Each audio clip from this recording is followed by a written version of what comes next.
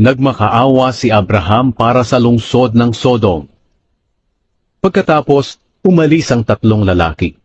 Inihatid sila ni Abraham hanggang sa lugar kung saan nakikita nila sa ibaba ang lungsod ng Sodom. Sinabi ng Panginoon, "Hindi ko itatago kay Abraham ang gagawin ko.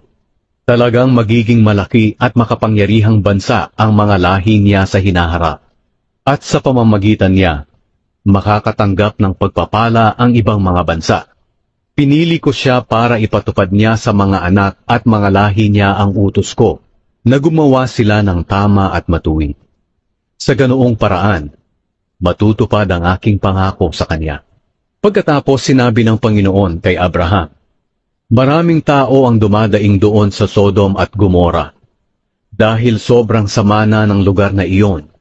Kaya pupunta ako roon para malaman ko kung totoo o hindi ang mga daing ng mga tao roon."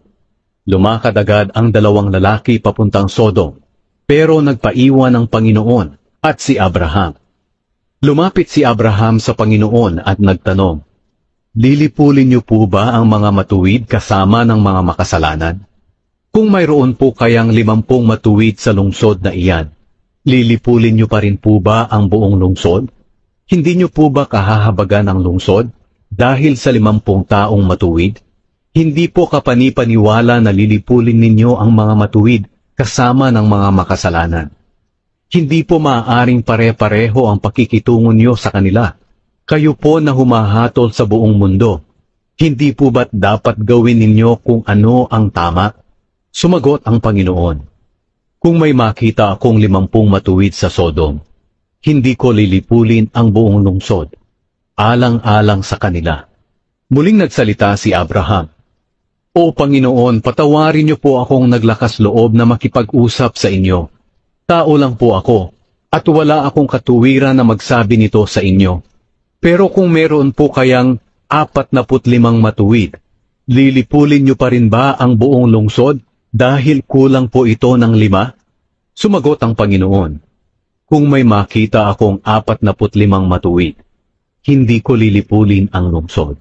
Muling nagsalita si Abraham, "Kung 40 lang po kaya ang matuwid?" Sumagot ang Panginoon, "Hindi ko lilipulin ang lungsod, alang-alang lamang sa 40 matuwid." Muling nagsalita si Abraham, "Huwag po sana kayong magalit sa akin, Panginoon, dahil magtatanong pa po ako. Ano po kaya kung may 30 lang na taong matuwid?" Sumagot ang Panginoon, "Hindi ko pa rin lilipulin ang lungsod kung may makita akong 30 tao na matuwid."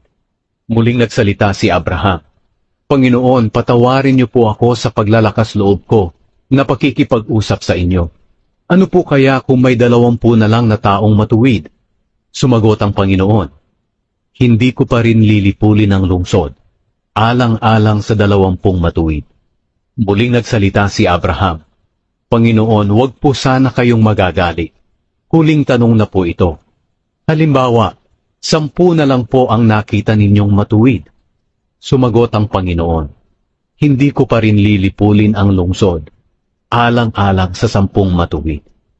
Pagkatapos nilang mag-usap, umalis ang Panginoon, at si Abraham ay umuwi sa kanila.